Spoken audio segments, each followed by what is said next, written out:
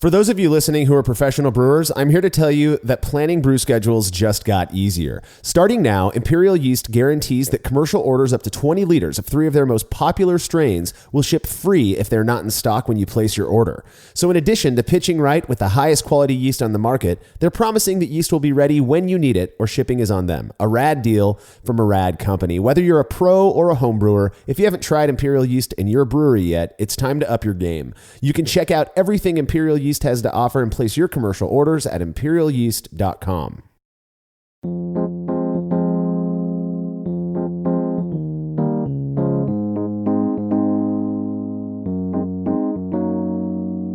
Kveik, however you pronounce it, this yeast with roots in Norway has taken the brewing world by storm with various strains that promise to produce not just drinkable but enjoyable beers when fermented at temperatures far warmer than traditional ale and lager yeast.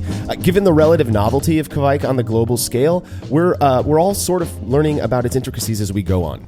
You're listening to the Brülosophy Podcast. I'm your host, Marshall Schott, and in this episode, I'm joined by contributor Matt Del Fiacco to discuss the impact pitch rate has when fermenting with Kveik. This is one of the things that stands out to me, Marshall, is like there's so many weird things about Kveik, right? Which that is how you say it, is Kveik. That's what I've learned, yes. But you know, like when we talk about Kveik, and firm temperature is obviously the thing that stands out, I think, to a lot of people, is like how crazy it is.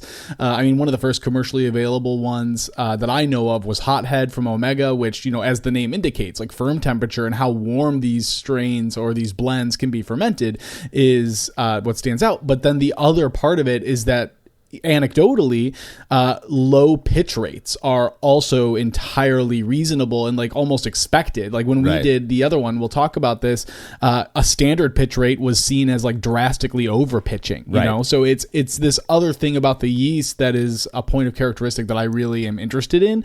So I dived into it a little bit in this. I'm pretty excited to talk about it. It's a really cool topic. Yeah. I couldn't agree. It's a really interesting topic to me as well, in part because I've actually still yet to ferment with Kveik myself. I have a pack of Loki sitting in my my refrigerator, and I have plans to mess around with it in the future. So this kind of stuff will definitely inform how I go about using Kveik when I start playing around with it. I've also got friends who use this stuff all the time, all of the different Kveik variants, in fact, and I know that they'd like to learn more about how it acts as well, depending, you know, pitch rate and whatnot. So I know that there are some claims out there as to how pitch rate affects beers fermented with Kveik. Like you said, I've heard people say, you know, it's expected that you pitch a low amount of yeast when you're using this, and you get a better characteristic.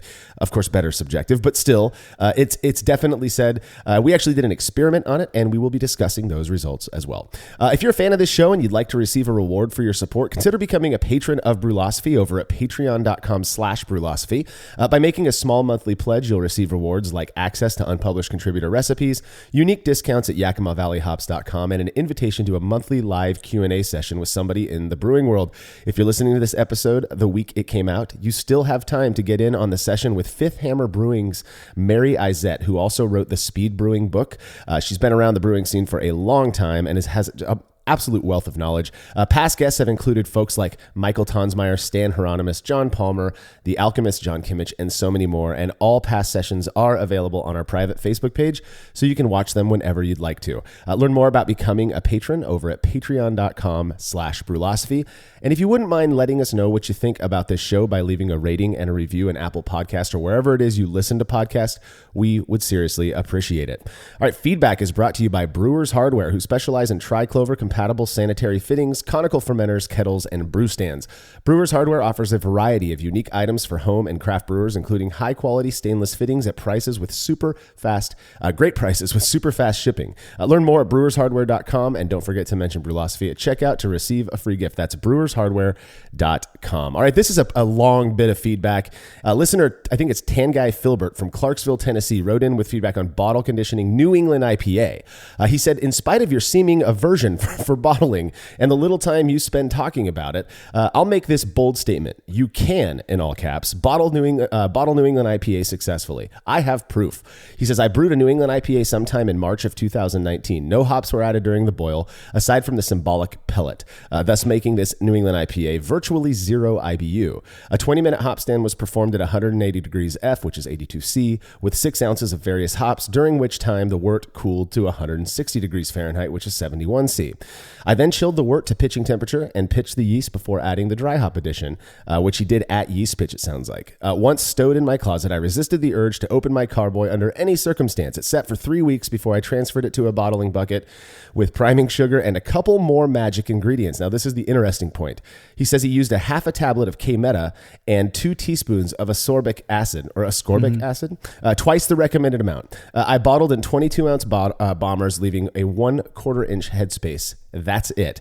He sent me some pictures of the beer at bottling a week later and then 7 weeks after packaging, and in every single one, the beer appeared very pale, hazy yellowish orange with no visible signs of oxidation at all. Tan Guy went on and said, I'll let the pictures speak for themselves. No bamboozle.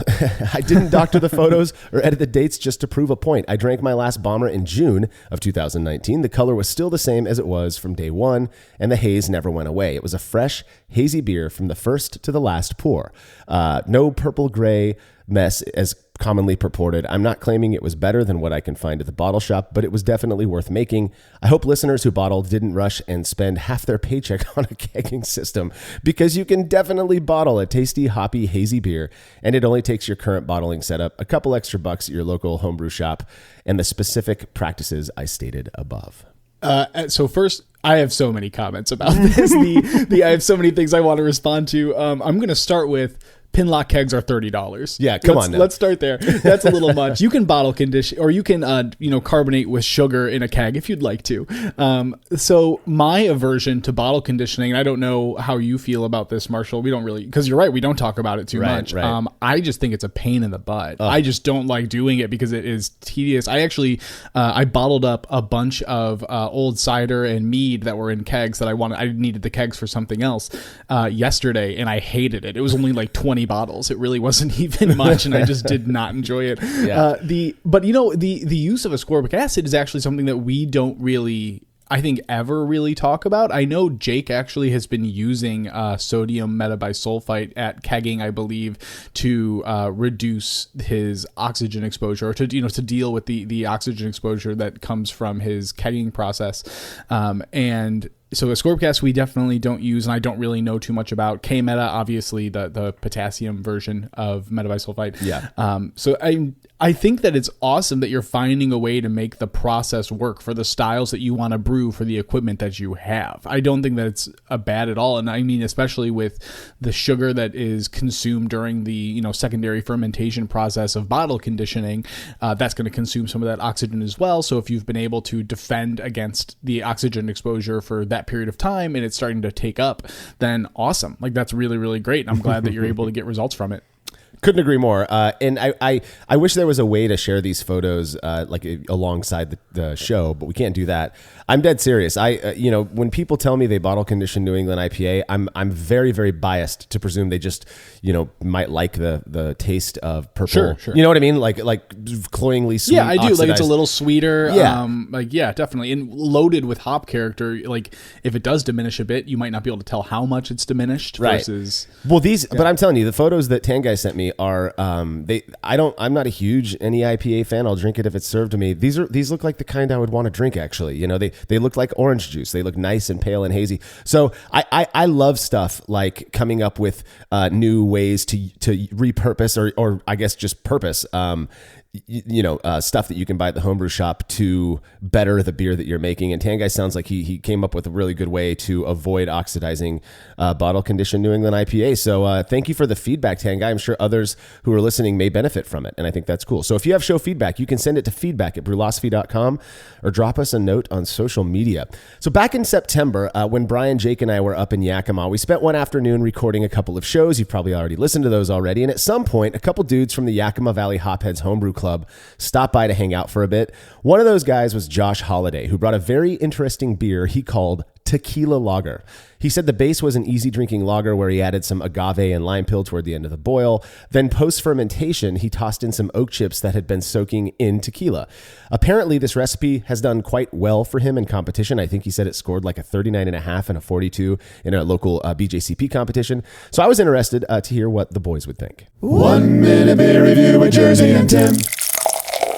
Ooh, this looks right up your alley, dude. Pilsner. Nice and clear. No smell? I actually snorted it. Ooh, wow. Oh, there's a lot going on. There's a lot of fruit. It's not me, that's for sure. Dude, it's like dried fruit, like dried apricot. So they have this drink in Ukraine called uzvar, which is, we call it smoky juice, and they dry all this fruit and then they basically like melt it down, the dried fruit, and make a drink out of it. That's what it tastes like to me. Smoky juice. It's smoky juice. With like almost barley wine-ish. Yeah, maybe. But it's super light though. It's like It's light, yeah, it's smoky juice, dude. It reminds me of smoky But it has juice. that heaviness of, it's light, but it has that heaviness of, It's light with a heaviness. What have we become? We're politicians. It's good with a little bit of bad, but it's dry, it's crisp, it's clean.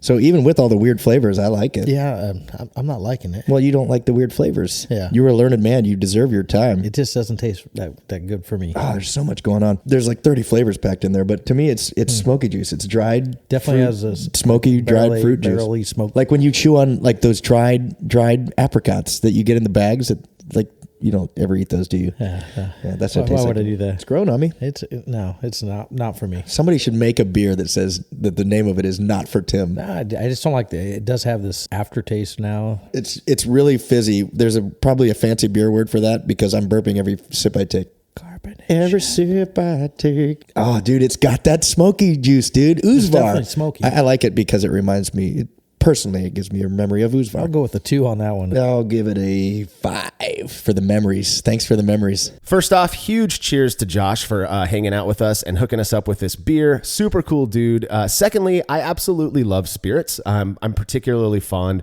of the various types of whiskey that are out there, but I do not enjoy tequila. So from a completely subjective preference perspective, I'm kind of with Tim on this one. It's just not me. That said, if I were judging this beer and I knew that it was supposed to taste like tequila, I would be one of those judges who scored it in probably the low 40s. Super clean lager-like character with a limey tequila flavor. No flaws that I could tell. And man, I feel like Jersey really nailed it. I know that they didn't say that they tasted tequila, but there was definitely this smoky thing going on, which I have to believe was imparted by, the tequila-soaked oak chips. Yeah, I'm really actually interested by his description of that drink from the Ukraine, the fruit character. Oh yeah, like I'm really interested in like his association of those two things, and what that link is, because I would love to try that now.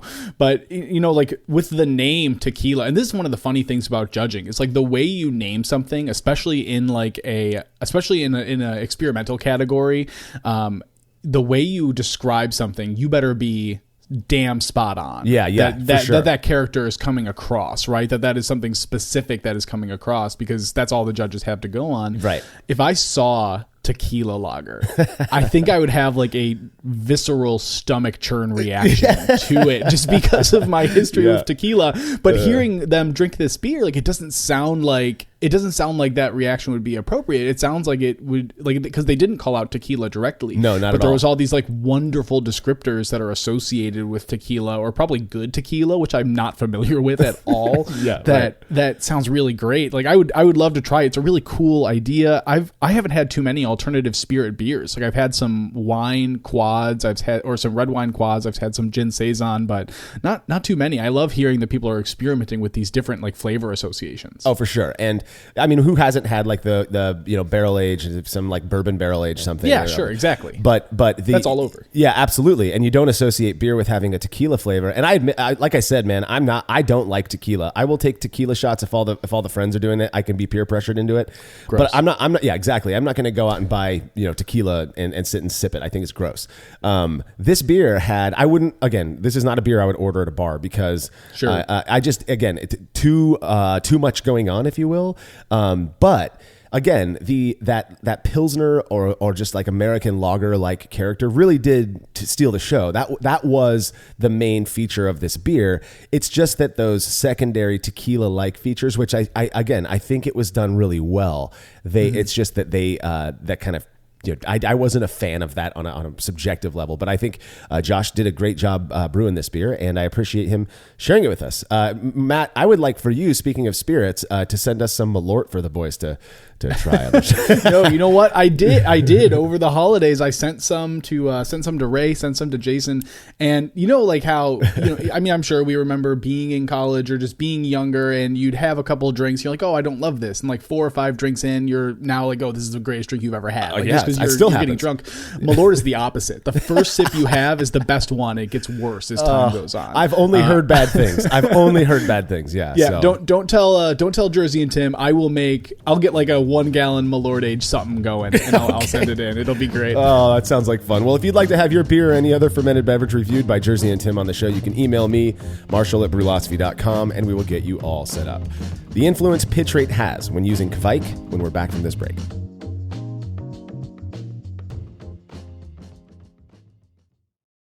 Craftmaster Growlers takes traveling with and sharing beer to a new level. Made from heavy-duty stainless steel, Craftmaster Growlers are double-wall insulated and can keep beer cold for up to 8 hours. Unlike typical growlers, Craftmaster Growlers come with a swiveling tap and fully integrated CO2 regulator cap, allowing beer to stay fresh for 2 weeks or more. The square design takes up less space and will fit in most refrigerator doors, and every Craftmaster Growler comes with a 1-year warranty. There are 64 and 128-ounce versions available over at craftmastergrowlers.com. This episode is brought to you by Milwaukee-based Spike Brewing, designer and manufacturer of premium quality homebrewing equipment. Whether you're interested in upgrading to a stainless steel fermenter like the incredible Flex Plus or switching to a turnkey electric setup so you can brew inside and avoid the cold, wet winter, Spike Brewing has the solution for you. Visit spikebrewing.com/Brülosophy today and let their team help you figure out what you need to make the most of your brew day. Again, that's spikebrewing.com/Brülosophy. Spike Brewing. Pursue what's possible. As every brewer knows, the best beer requires the best hops, which Yakima Valley Hops provides fresh from the source to brewers around the world, carrying everything from classics like Cascade to modern favorites like Galaxy and Mosaic, as well as other ingredients and gear. Yakima Valley Hops has it all. And don't forget to check out their new podcast, The Late Edition, where the YVH crew goes into depth on our favorite plant with industry experts. Head over to YakimaValleyHops.com now to see all they have to offer and subscribe to The Late Edition wherever it is you listen to podcasts. Have you ever thought about adding a port to your kettle but held off because you didn't feel like drilling into your gear or sending it off to have someone else do it?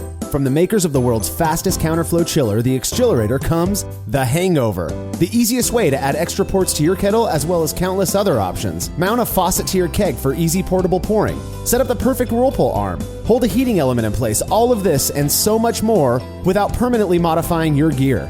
Manufactured right here in the United States, the Hangover offers brewers too many convenient solutions to list here. So head over to xchillerator.com today to see what the Hangover can do for you.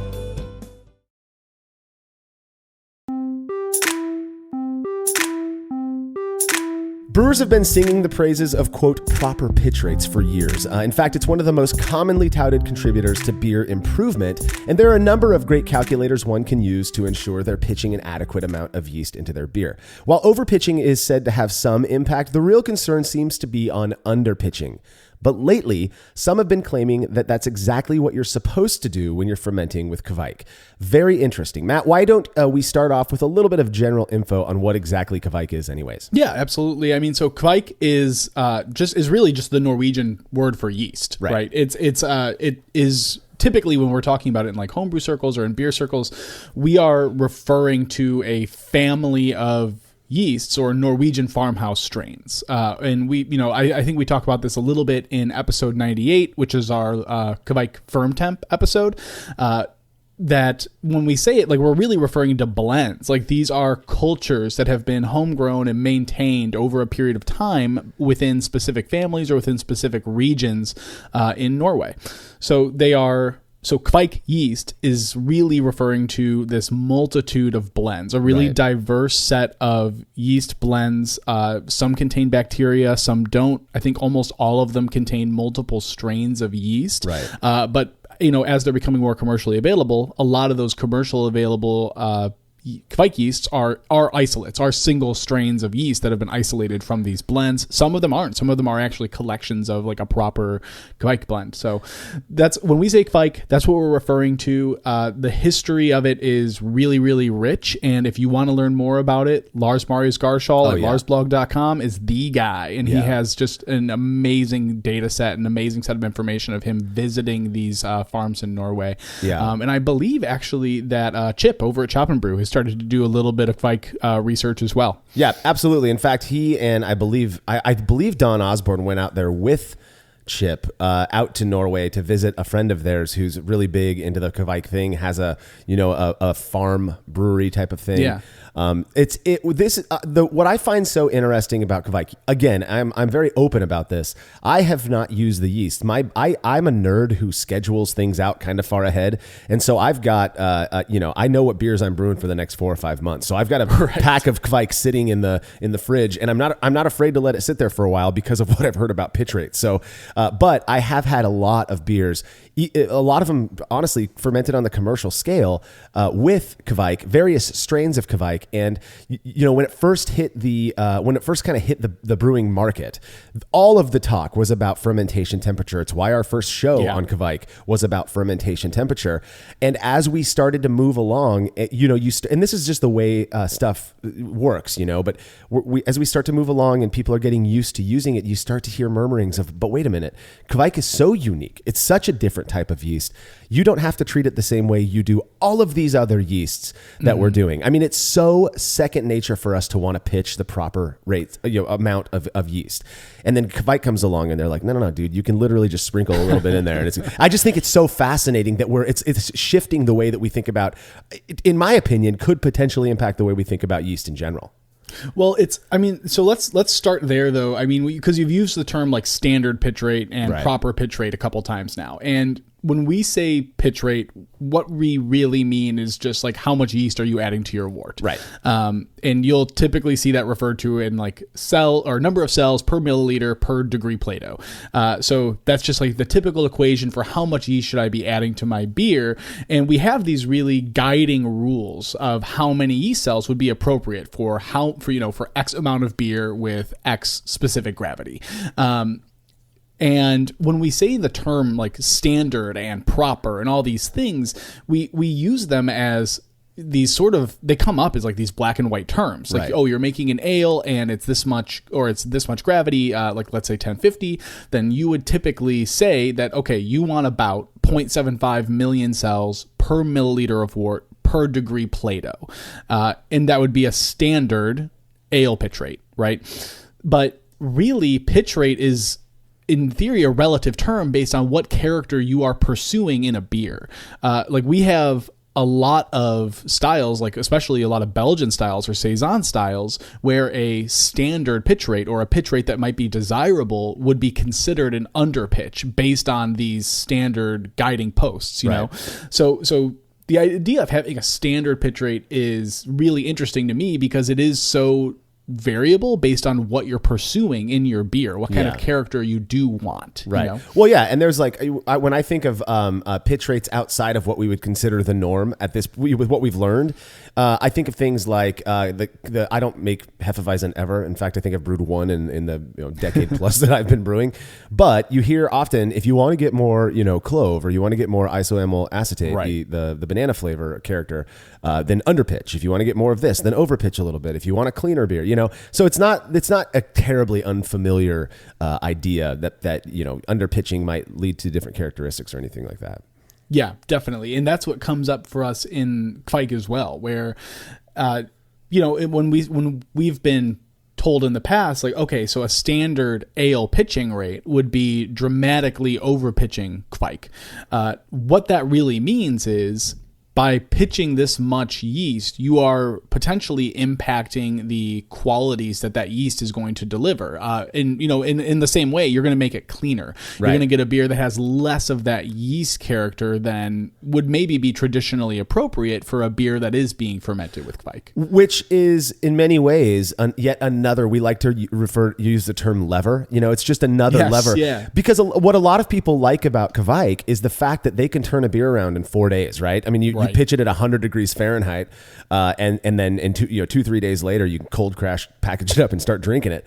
If you are looking for just a clean fermenting yeast so that you can make a IPA or a blonde ale, then that's going to work. But it sounds like what you're saying, and I believe this actually came up after you published the results of the last Kveik experiment on fermentation temperature. Somebody said, well, the reason they're not different is because you're using standard pitch rates, right? I mean, but to utilize pitch rate as a lever for adjusting the ultimate character of the beer, I love that. I love the ability to think that. And then there's also the kind of pragmatic, if you can buy a single pouch of yeast, which, for Imperial, you're getting 200 billion plus cells per pouch. And if you only need, 15 billion or something, you can effectively use a single pouch of yeast, 4 or 5 times, so that's pretty cool too for people who want to save a little bit of coin, No, I agree, and it definitely it makes you think about, because we're talking about like millions of cells and we're talking about pitch rates,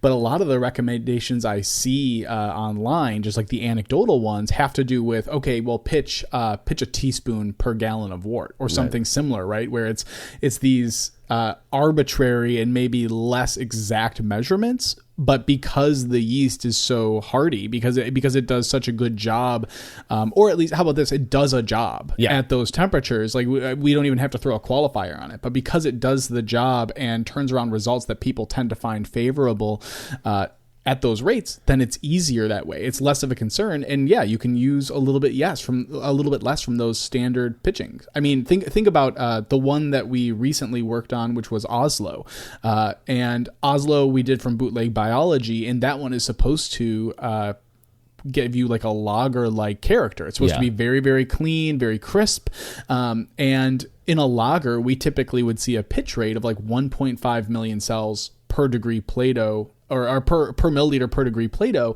in like a lower moderate gravity beer. And then obviously a higher pitch rate potentially for a higher gravity beer, just because of the osmotic pressure and like how much more hostile a higher gravity wort is to yeast. We would see much higher pitch rates. And so people would buy either several packs of yeast or make really, really large starters. But if something like a Kveik yeast can turn around beer that does have a relatively similar crisp lager-like character, and you only have to pitch half a packet, that gives you another tool in the toolbox. That is something you can potentially explore to turn around styles that you want a little bit faster and a little bit cheaper. Yeah. I mean, I'm going to do that thing that I do, which is kind of question how we came to certain things that we have using what I'll just call other non-Kveik strains, normal brewing yeast. Sure. I mean, it seems to me that yeast is yeast, and I get that you can get different things by again adjusting certain levers like pitch rate. But what is it about Kveik? I said this in the last episode about that we did on Kveik. But what is it about this specific strain that is allowing us to say we're not going to worry as much about it? Is it because it's been used for so long in Norwegian farmhouse?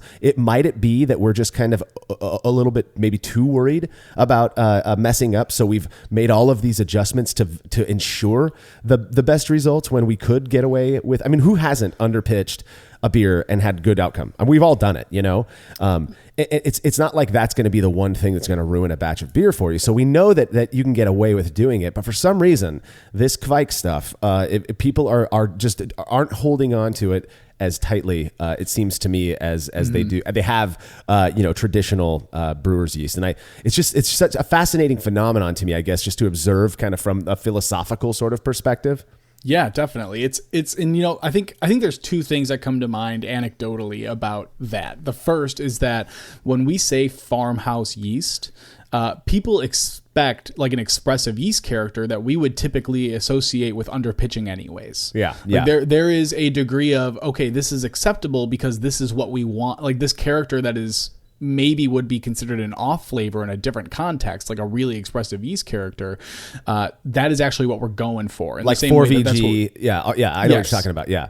So that's one theory that I have. The other theory that I have is The other theory I have is that standard pitching rates that we've developed and have evolved over time are not just for final beer quality, but they're also, like you sort of mentioned, they're insurance. Yeah, absolutely. You want to have a fermentation that takes place faster, that you have a healthy culture of yeast that beats out anything else in that wort potentially, and does it better. That fermentation kicks off faster for that reason. That doesn't have to deal with the pressures of just like osmotic stress, of hydrostatic stress in a professional brewing environment, of having to deal with just all of like everything. Like there's so much that if you just pitch more yeast and you want to turn around clean beer, which that is the predominant beer on the planet, is clean beer, right? Exactly. It's clean beer. You pitch a bunch of yeast. So that's another thing that could potentially impact it. So one of the, we're talking, okay, if I'm the guy who just wants to turn around a clean beer really quick,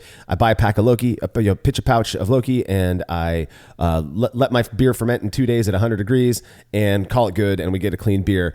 The claim that underpitching will produce, again, subjective, but a unique and for many people desirable fermentation characteristic. What exactly is that characteristic we're looking for? Because is it necessarily that farmhouse flavor, or is there something else? Because then you could just pitch like a Saison strain and get that without having to worry about it, right? There's got to be something unique about Kveik that makes people focus on it as much as they have, I guess. Definitely. I mean, you mentioned earlier, like you had Kveik with a couple different commercial beers. What style has that predominantly been? Honestly, it's been New England IPA. I'm dead serious. So that's I know exactly what it is, because that is what everyone's using it for, because pitching lower amounts, we're tending to get a lot of fruit character. Like from orange, right? That's exactly right. Yeah. So specifically Voss is really known for like producing an orange-ish character. And I've underpitched, I've appropriately pitched, traditionally pitched, a couple different Kveik strains now. And I can't say that all of them have been distinguishably different for me, for sure. But I do get an orange character from Voss, definitely. I think that's what it is. Like when we say farmhouse, I think it might be a little misleading, because we do tend to associate that with Saison, right? Right. Yeah. Because that is, a farmhouse beer. I think that there is there's room for another flavor of farmhouse that Kveik is bringing to the table. And it's not just like the Saison farmhouse, it's its own thing. Well, and if I'm not mistaken, and we can talk a little bit about what Lars has to say about some of this stuff here in a sec, but reading through Lars' blog, which is one of my favorite, I love different cultures and stuff. And my wife is from she was born in the States, but her family is from Latvia, and he's actually done research on the beer culture of Latvia and Lithuania and all of that. I just love the stuff that he does, and he's just such a great guy. He did one of our, not to plug Patreon again, but he did take questions from our patrons for an hour a couple months back. Absolutely fantastic session. Anyways, moving on. The Kveik yeast came from these farmhouse brewers who are making beers that we wouldn't necessarily view as being all too normal, right? I mean, they were using like juniper. So there's a part of I think my initial when I first started hearing about Kveik becoming a thing that American, homebrewers, I think originally, but now commercial breweries were using to ferment these clean beers. There was like this, what? That doesn't make sense. Because what I knew that they were making based on what I was reading from Lars were these like juniper, weird, like in the farmhouse, let it sit out for a while, sounded really funky type of beers. And yet we're taking this yeast and using it to make hazy New England IPA. I mean, you see what I'm saying? There's got to be something about that yeast that contributes to the this sounds like I don't mean to sound like I'm dissing a different culture here, but these kind of odder, like different types of beers that they're making over there. Sure. I mean, definitely the kinds of beers they're making they are a little bit in line with other cultures that we've seen, right? Especially like the filtering the mash through juniper, like that is like filtering through other branches and stuff is something that takes place in other cultures as well. But they are definitely making beers in a way that we've shied away from as a culture, which is interesting because it probably is influenced by the industrial rise of how beer is produced. Like if we didn't lose as many home brewers as we did during probably Prohibition in that area, it would probably be a little different. But I mean, also our culture is predominantly influenced by German brewing. Hugely, sure. right. So so that definitely contributes as well. But the way that they are making these beers, I mean, you have to say that the yeast plays an important role in that. The yeast is such a core part of the brewing process, and the way in which they cultivate and treat these yeasts is staggering in how it's done. Yeah. Because, it freaks me out a little bit. When I say that, I mean things like I see brewers drying out these yeasts either on wood or I've seen some people use dehydrating, just like a dehydrator, and dehydrating these yeasts and then pitching them again, which if you're going for a lower pitch rate, maybe it does impact the viability of the yeast a little bit, but it doesn't really matter too much because you're pitching so much of it that enough survives to get the job done. Right. I don't know, but it is wild, like the way in which we have sort of adapted these yeasts to a New England IPA a lot. I've seen a couple others, but for the most part, I do see a lot of New England IPA because of the fruity character that they're supposed to contribute. Right. And I mean, in part, our use of it for New England IPA is a function of the fact that New England IPA is just so damn popular right now. I mean, to be able to use it. So there's no dissing on that. I'm sure if Kveik's going to be around a long time because it is so convenient. What, if anything, does Lars or any other authority on Kveik have to say about this whole pitch rate thing? Oh, sure. So I've probably talked with Lars for every Kveik experiment we've done so far, just because a paid consultant at this point, right? We need for real, he should be. I mean, he's been not only incredibly just great to talk to and really, really welcoming and just willing to give advice. I just wanted to make sure I did my due diligence with this because it is such to me, romantic, but also because it is something that it's a lot of what we have out there is anecdotal, or it's reports from what brewers in Norway have been doing. Like, we don't have tons of really, really thoroughly researched papers and all of these leagues of brewing books about specifically Kveik yeast. I know it's coming. I know Lars has a book, but just thinking about that, I've relied on him really heavily. And when we were talking about the last firm temperature experiment for Loki, which is a Voss isolate, he was telling me that, potentially your pitch rate did influence whether or not fermentation temperature would impact the final product, because his general advice was if you're looking at like a 6 to 8% beer, you'd probably be looking at a pitching rate of about 1 million cells per milliliter, which, as you noted earlier, Marshall, is really about 19 billion cells. Yeah. But if you took a standard ale pitching rate of 0.75 million cells per milliliter per degree Plato, that would be about 220 billion cells ish, give or take. I believe. So that's a huge, huge drastic difference. So that's what his advice was at the time, was if you're looking at a 6 to 8% beer, 1 million cells per milliliter, that's 19 billion cells. It's really not a lot. It is almost nothing. It goes so against what we know, to be good and true in brewing beer. What's interesting to me, and we're not going to spend too much time, talking about where all of this came from and Kveik in general, but go over to larsblog.com. You will not regret it. I believe that's larsblog.com, but it is larsblog.com. And I will say another thing that Lars reinforced to me that I think is important is, we do have to talk about pitch rate in terms of what character you want from the final beer. Indeed. If you want, like a traditionally fermented and you want like an expressive yeast character, then that lower pitch rate would be appropriate. If you do want to turn around a super clean blonde ale, or something really, really clean, pitch a bunch. Yeah. Pitch a lot of yeast. Which is a single pouch. I mean, if that's the beautiful thing. Right. You shouldn't be making, effectively, I don't want to sound like I'm giving advice because that's a terrible thing in this day and age, but you also haven't used Kveik. So I'm speaking from a point of ignorance over here. But you can literally, if you're using Loki, which is one of the more popular Kveik strains out there right now, they're sending you 200 billion cells. That is more than enough for most beers to ferment a clean beer with a Kveik yeast. So, and I believe Loki is the Voss variant. So, yes, it is. Like you mentioned, Matt, most of the talk about pitch rate with Kveik is based on anecdote. So we thought it'd be best to test it out for ourselves, which is exactly what you did. Results from that experiment when we return from this break.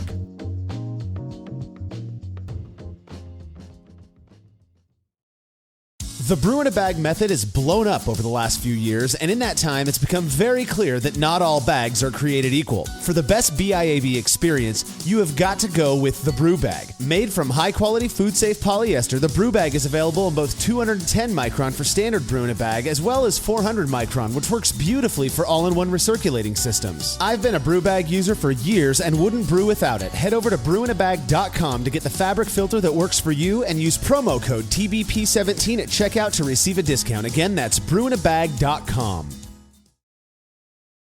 After a long brew day, the last thing I want to do is waste more time chilling wort. I've tried so many different options, and ultimately I settled on the super efficient immersion chillers made by Jaded Brewing.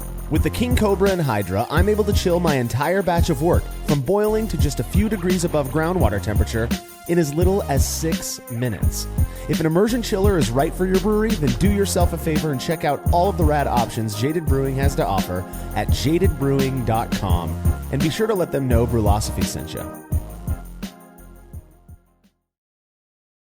Family-owned Atlantic Brew Supply is the largest homebrew shop in the Southeast. No gimmicks, no multinational corporate overlords, and no BS. They offer exclusive malts, yeast, and more from local artisans, as well as award-winning recipe kits. They also sell professional brewing gear and cask equipment from sister companies ABS Commercial and Cask Supply. Most ingredients are available by the ounce, plus Atlantic Brew Supply has an on-site calculator to help you craft your best brew. Orders are processed same day, and 2-day shipping is guaranteed for East Coast customers. Get 15% off your first order using promo code BREWPOD. That's BRUPOD at AtlanticBrewSupply.com.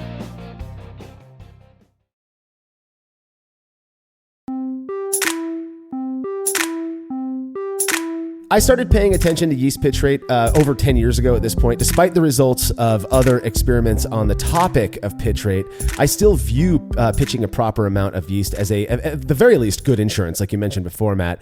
When it comes to Kveik, it would seem that the proper amount may mean something a little bit different than what I'm used to, at least based on what some people, many of whom I trust a lot, and their opinions are saying. Matt, you were just as curious and performed an experiment to test it out. Yeah, so after talking with Lars and reading some of the comments on the firm temperature experiment, I decided that, okay, let's test out this yeast pitch thing. I read it all the time on Milk the Funk. I see a lot of anecdotal comments of people pitching small amounts. So we decided this was a cool one to test out. And I also had some Loki still from my last experiment, so I was really excited just to try it. Ultimately, for this one, I ended up going with a 100% Pilsner malt beer and went after a slightly higher OG, something like, I believe, 1060 or 1062. And same as the last, the firm temperature experiment, I modeled this after what I read on Lars's blog, just trying to stay somewhat true. Like, I think last time I called it a Norwegian inspired Helles or something similar. Yeah. And that's ultimately what this ended up being, was a Norwegian inspired Helles. So it was all Pilsner malt. It was about 10 grams of Magnum at 90 minutes and then 26 grams of Czech Saaz at 15 minutes. They were both mashed at 155 degrees Fahrenheit, 68 C for 60 minutes, which very, very short for for a Norwegian beer. Like you mentioned earlier, like they're mashing overnight. They're boiling for like 3 or 4 hours. I boiled for 90 minutes. That was so a lot lower, a lot more traditional for what an American brewer might do. But the recipe was the mash temperature, all that stuff was drawn a bit from the Norwegian style, hopefully a little bit reflective of it. I also didn't have juniper, so there was no way I was going to get dead on, so I just kind of skipped it altogether. Oh, darn. Yeah, exactly. So what I did, then I equalized those worts, racked equal volumes of wort to each fermentation vessel. I used kegs for this one, and placed them in the fermentation chamber at 96 degrees Fahrenheit or 36 degrees C. So super, super high, and closer to what Voss would traditionally be fermented at. That was another criticism, I think, of the firm temperature one. It was a little low for actually what the standard even my high temperature batch was a little low for what Voss is typically fermented at, which I think is just reflective of my fear of fermenting it so warm. A completely understandable bias against high fermentation temperature and low pitch rates and everything else, right? I mean, this stuff is so interesting. That's exactly what it is. So the batches were equalized. We had them at the same OG, which we hit 1062, and then measured out I had 2 pouches of Imperial Yeast's A43 Loki, which is a Voss variant. One batch ended up getting 18 billion cells, roughly, right? I did it by weight, so hopefully that is relatively close to what we would expect. Yeah. And the other batch would get a more, traditionally acceptable 220 billion cells. So a difference of about 200 billion cells, which, by all intents, I mean, that should be significant, right? Yeah. Like looking at those numbers, whenever I do these experiments, I always have my gut of like, is this going to be significant? Is it not? This is such a crazy difference in pitch rate, traditionally speaking. I was blown away. I just couldn't understand that they would potentially not be different. So ended up doing it.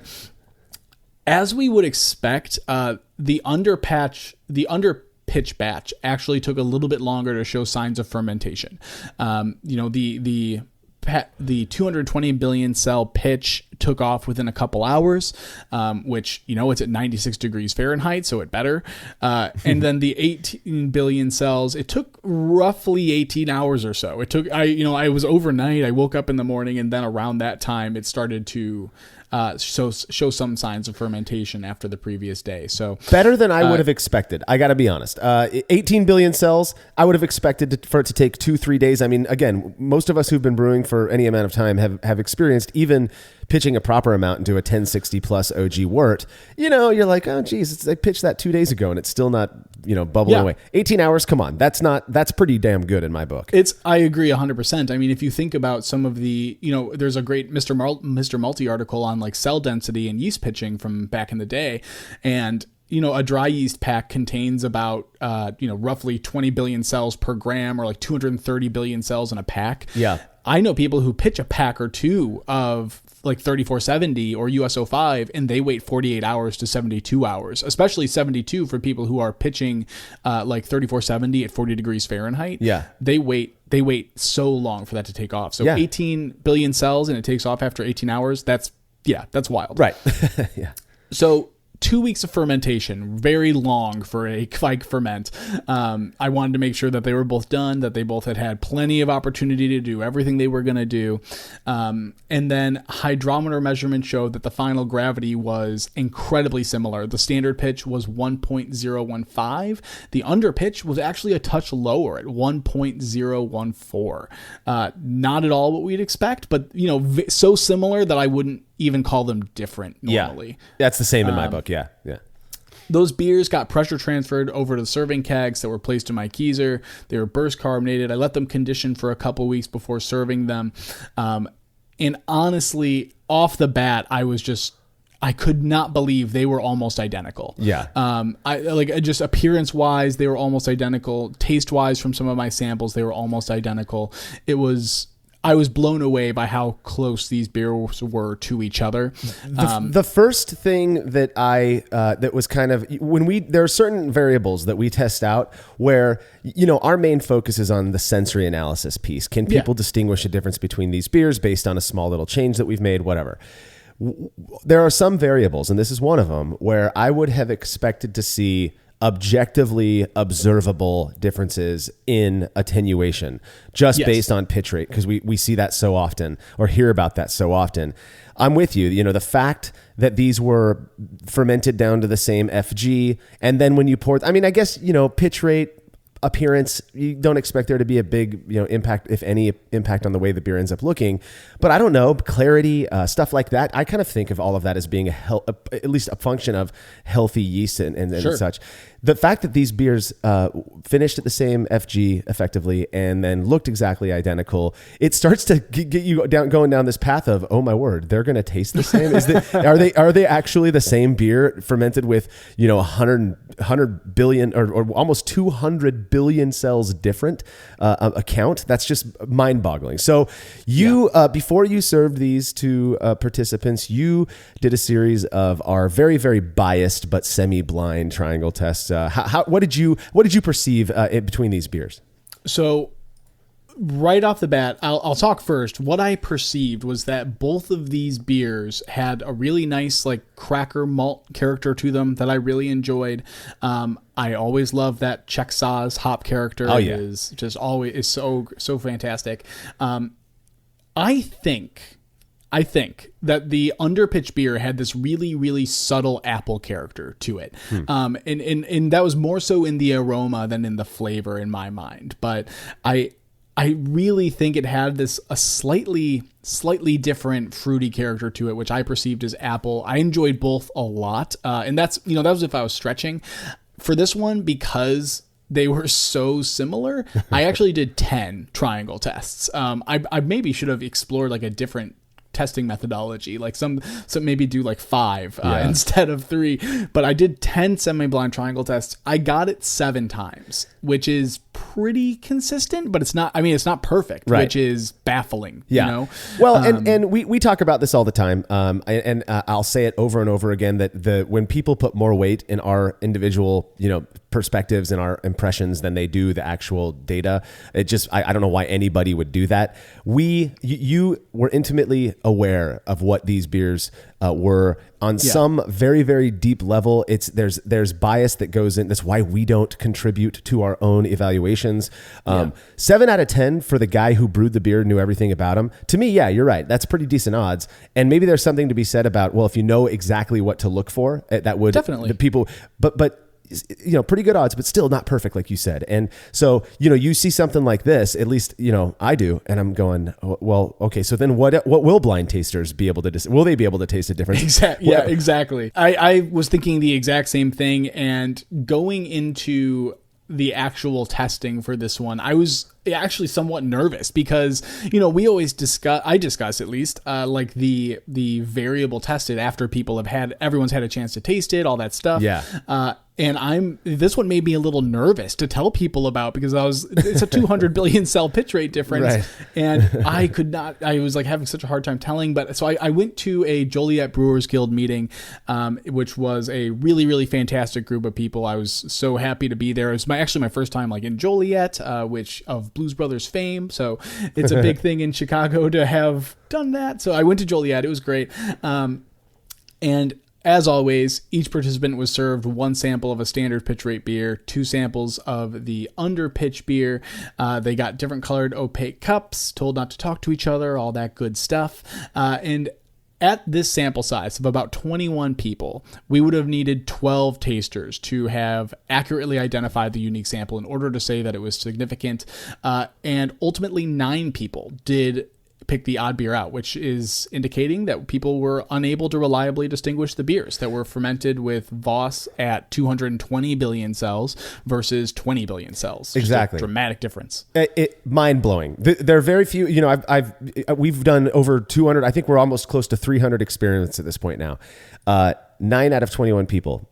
7 out of 21 would be what you'd expect by random guessing. That's 1/3. A couple more. That just goes to show that these beers were, at least to this, sample of home brewing, home brewers who enjoy craft beer, who take seriously the art of tasting, if you will. The fact that they were unable to reliably distinguish a beer pitched with 18 billion cells from one pitched with 220 billion cells. Are you kidding me? That is something so ingrained in my little brewer soul over here. I can't, it just blows my mind. God. I know. I agree 100%. And actually conveniently, I think we mentioned earlier a little bit that, there's not tons and tons of research on Kveik currently. Right. But about a day or 2 or 3 before I was actually data gathering for this experiment. So I'd already brewed it. I think the paper had probably already been, or the presentation had already been done. But Richard Priest and Iz Neto and if I say either of your names wrong, I'm incredibly sorry to both of you, of Escarpment Labs, actually did a poster presentation for the MBAA conference, the Master Brewers Association of America conference, titled The Impact of Pitch Rate on Kveik Ferments. So super convenient that came out at the time it did. Highly recommend to go review that paper if you are interested. But they actually tested out low pitch rates on a lot of different strains of Kveik, and then also had Vermont ale yeast as sort of a control for that process. And they found that, lower pitch rates did result in a slower fermentation, but also that terminal gravity, similar to what we saw, was incredibly similar across the board on those. What they used was gas chromatography. Hopefully I said that right. Richard described it to me as a mechanical nose, but basically it measures aroma compounds, and they found that in these underpitched beers, Voss and Hornindal, the isolates that they used of each of those, as the pitch rates decreased, they did find more aromatic compounds, but for Arset and Ebergraden, which there's no way I said that last one right, they actually didn't see an increase in aroma compounds from lower ferments. So even we talked before about Kveik being diverse, even within like these variables of, pitch rate, that seems to be there's more diversity, that it depends on the strain or the blend that you're using, whether or not the pitch rate is going to dramatically increase or reduce the compounds generated by these yeasts. Yeah, that's awesome. I love that. Yeah. It's crazy. In one I know there's one piece of criticism out there of their presentation, which was that it was from those fermentations took place at 68 degrees Fahrenheit or 20 C, and that this was part of a larger body of work that Escarpment Labs team was doing. I know that they're planning on doing some more stuff with Kveik in the future, that they've got a lot going on. Actually, Iz and Richard just did a interview for the MBA podcast, which is really, really worth a listen. It's really fantastic to hear them talk about the work that they did. But and who's to say, even if a mechanical nose did pick up more compounds in Voss, that tasters would be able to tell. In this instance, it didn't seem to be that they were able to pick it up, but it looks like obviously from their research, there's room for flexibility within the strains themselves. Yeah. When I think about the results of, kind of combined with what you're talking about, Priest and Neto, and then the results of this experiment, it's funny because it kind of goes, I have like a kind of parallel running thoughts that go through my mind. The first one is that it does kind of counter the claim that lower pitch rates will in some way contribute, what some might view as being a desirable characteristic to beer, because this is saying, on the contrary, pitch lower and you can get pretty much the same results as you would pitching what we view as being, more standard or traditional pitch rate, which in its own right is very cool. Definitely. We talked about it before. Pick up a single pouch of Loki and use it for 3 or 4 batches. I mean, that's rad. You know what I mean? And so even though the implications don't support the one thing that people have claimed, and again, this is new to a lot of us. This Kveik thing is very, very novel. It may not support that, but the implications on the other end are still, I think, really neat. Yeah, I agree. There's so much room for further experimentation, but for flexibility. And I know especially you and I think, talk about like the levers involved in brewing and like the process that we can utilize to produce different beers. There's so much here. Like this provides a whole other dimension of what you could potentially use to make different beers and to make better beer, to make beer that you find more agreeable, even if it's just the fact that you're turning it around a little faster, or it's the fact that you can ferment it a little warmer. It's so great to see a lot of these results. And I want to try this one again with a different set of strain. Like I want to see what different strains are capable of. Yeah, I totally agree. And, only because it's easier, I'll likely pitch an entire pouch when I do brew my first Kveik beer. Because honestly, a lot of the decisions that I make these days after having done this for so long and so many batches, are based on what's more convenient. And storing an open pouch, one, would make me anxious.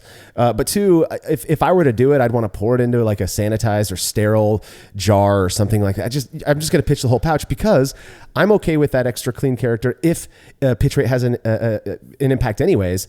And so that's kind of where I'm at. Again, people who want to stretch out the life of a single pouch of Kveik yeast, go for it. It looks like you can get away with doing that. And again, 18 hours for 18 billion cells to kick off and get going. I know that, Imperial's badass yeast, all that stuff, but still 18 billion cells, that just blows my mind. So, we have of course, on this one, we got some really good comments from readers, some names you might recognize. So let's go ahead and get into those. The first one comes from Andre Henry. He says, Kveik is a loose family of yeasts, and this experiment is based on an isolate of one family member. I wouldn't extrapolate these results to other Kveik yeasts, given how little we know about them in general. Yeah. Moving on. No, yeah, exactly. No, I agree completely. So first, let me throw my standard disclaimer, and I'm going to get this on a T-shirt at some point. Don't extrapolate the results of a single experiment to be a general anything. Ever. Don't do that. Yeah. That's a mistake. And it's also very much so not our intention. And second, especially where we are talking about a single isolate of Voss, which that's another thing that I think is interesting about Priest and Neto's work, is that they were using an isolate of Voss. Would these things be different if they were blends of Voss? Maybe. They definitely could be. So I wouldn't extrapolate anything from this. The only thing I would do from this is consider it room for experimentation. Consider it room to try it a little bit for yourself and see how your results turn out and whether or not you like them. As noted in like the Priest and Neto paper, it does seem to be that different strains or blends within the family of yeasts that we call Kveik, it does seem that there are different behaviors based on underpitching. So absolutely, I 100% agree with your comment. Yeah, and it's part of the reason I think, Matt, not to speak for you, but you want to test this out with other variants, is to see if maybe there are those that benefit, or again, subjectively benefit from being underpitched. So next comment comes from Reddit user Restless Chicken. He says, I recently used Omega's Voss, underpitched at 80 degrees Fahrenheit. I believe that's kind of 25, 26 C, something like that. Mm-hmm. He says, but had what seemed like a healthy fermentation less than 24 hours after pitching. The beer was racked into a keg with a spunding valve when a few points remained. The sample pulled at that time didn't smell good, almost no hop aroma in the New England IPA. When the beer had carved up and was put on tap, it was confirmed. This is the fusiliest beer I've ever tasted. It tastes like pure rubbing alcohol. So it's my second ever dumper. I should add that this was the second time I used Voss from the same pouch. So he was doing that thing that I'm afraid of. The first time got a vitality starter. The bad batch didn't. Oh my gosh. That is unfortunate to hear. Definitely sorry to hear that you had a dumper. That is really, really unfortunate. So when I hear fusel alcohol, like obviously what we tend to think of is that it has been fermented too hot, right? That you've had, or it's yeast stress, right? That there is a large degree of problems caused that produce these like fusel alcohols. I personally haven't had that experience with Voss yet, and I've really only used Oslo. I've used the Loki, which is the Voss isolate, and I've used that a couple times in a couple different forms. And I haven't really had that fusel alcohol experience, so I'm not sure what that would potentially be. That said, I would explore potentially some other yeasts, maybe try just pitching the entire pouch, see if that helps you, or if I am nervous about like how that yeast is stored, similar to what you mentioned, Marshall. Yeah. But that said, like I see some people, like I said, dehydrating these things in dehydrators, which that can't be super sanitary given that they draw from the air and stuff. So I don't know. I'm a little worried about it, but so I'm sorry to hear that, man. My only thoughts are either try different things, or if you're just unhappy with your Kveik experience, move on from it for a while. That's fine too. Yeah, 100%. My first reaction after reading Restless Chicken's anecdote here was, he said, and if I'm reading this correctly, that it was the second time he used Omega Voss from the same pouch, and it was that second batch that was all fusely. I can't help but presume that perhaps something else was at play there, and this is exactly why I'd be nervous about using yeast from the same pouch. One of the things I love about about using a fresh pouch yeast is I know that my icky hands haven't been on it. I just open that thing up, pour it in, drop it in the trash can. I'm done. I don't have to worry about it. So that's kind of where my mind goes. I don't know what else would cause that either. I mean, there's always back in the day, people used to say too warm a fermentation will lead to fusel characteristics. So with Voss, you don't expect that, so. Definitely. But wort composition definitely plays a role in the different things that are expressed. Yeast strain will definitely play a role in what's expressed. We do tend to associate it with fermentation, just fermentation temperature, and obviously boozy beers that are getting too warm. So I don't know what the gravity was on the beers that you were doing.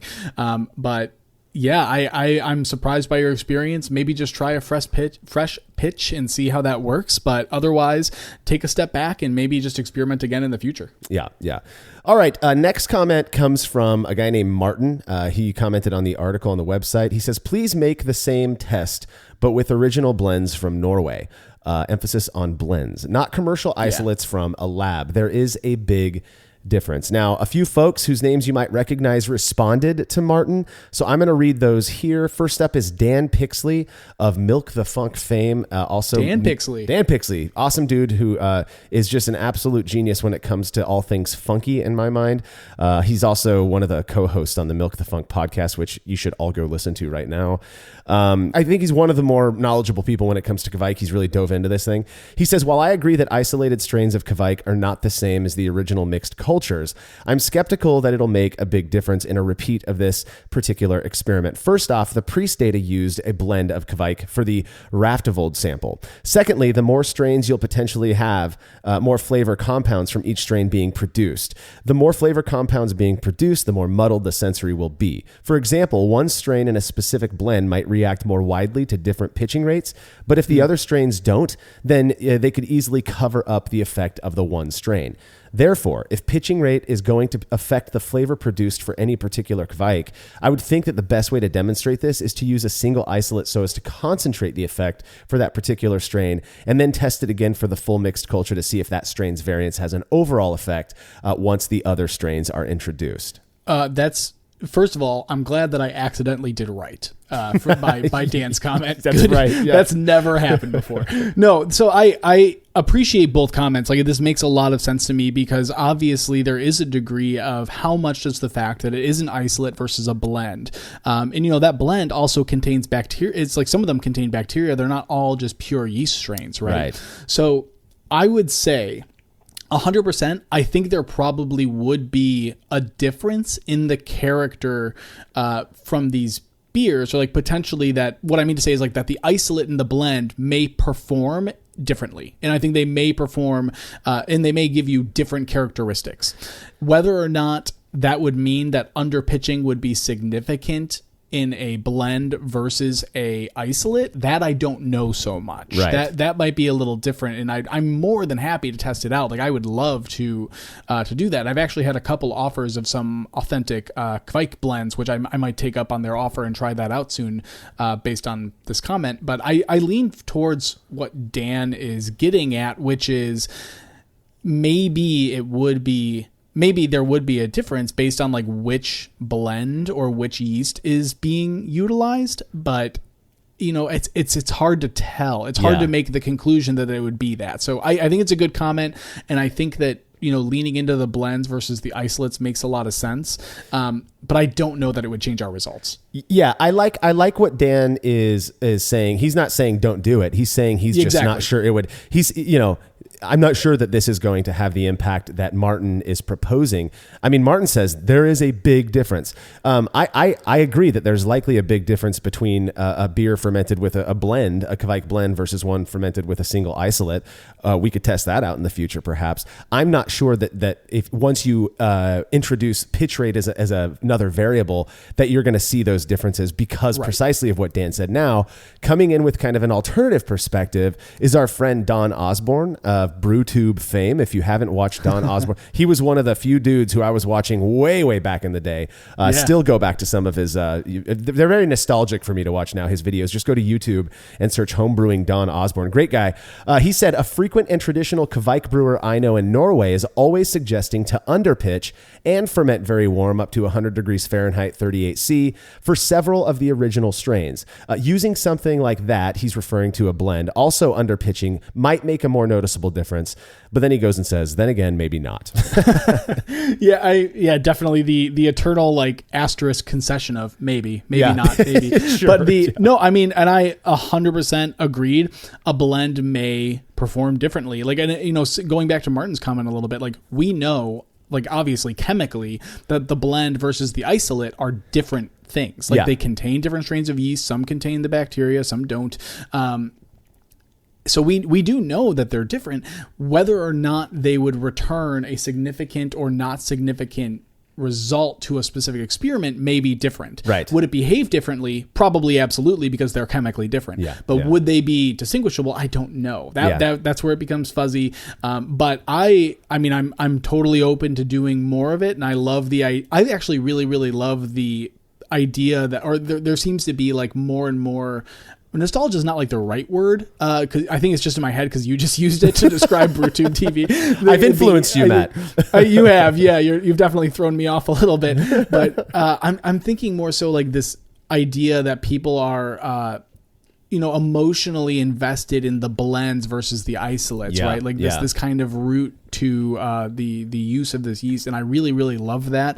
It definitely makes me want to explore the blends a little further versus like some of the isolates we've been using. Absolutely. Well, hey, Kveik again is a very novel thing at this point. It's funny that it's novel because it's been used and around in Norway for centuries. So old, right? Exactly. But for us here, it is this thing that we are continuing down the path of learning about. I love the fact that people are so interested in things like pitch rate. It kind of revives the talk. And so, we're more grist for the proverbial mill. We're going to continue experimenting with this stuff. That does bring us to the end of the episode. Matt, do you have any final words before we finish up? No, I think we covered about everything, Marshall. Right on, man. Well, don't forget to head over to Brülosophy.com to read up on the experiment discussed in this episode, as well as all of the other stuff we're up to. The Brülosophy Podcast is made possible by the generous support of our sponsors, as well as all of our rad listeners. We seriously could not do this without you. Cheers to everyone who has subscribed and left a review of our show. It makes a huge difference. If you haven't yet, please consider doing so. Head over to Brülosophy.com/support to view a list of ways you can easily help us to continue producing this podcast. If you want a reward for your support, visit Patreon.com/Brülosophy. Thanks again for listening. We'll be back next week with another episode of the Brülosophy Podcast. Until then, think beer.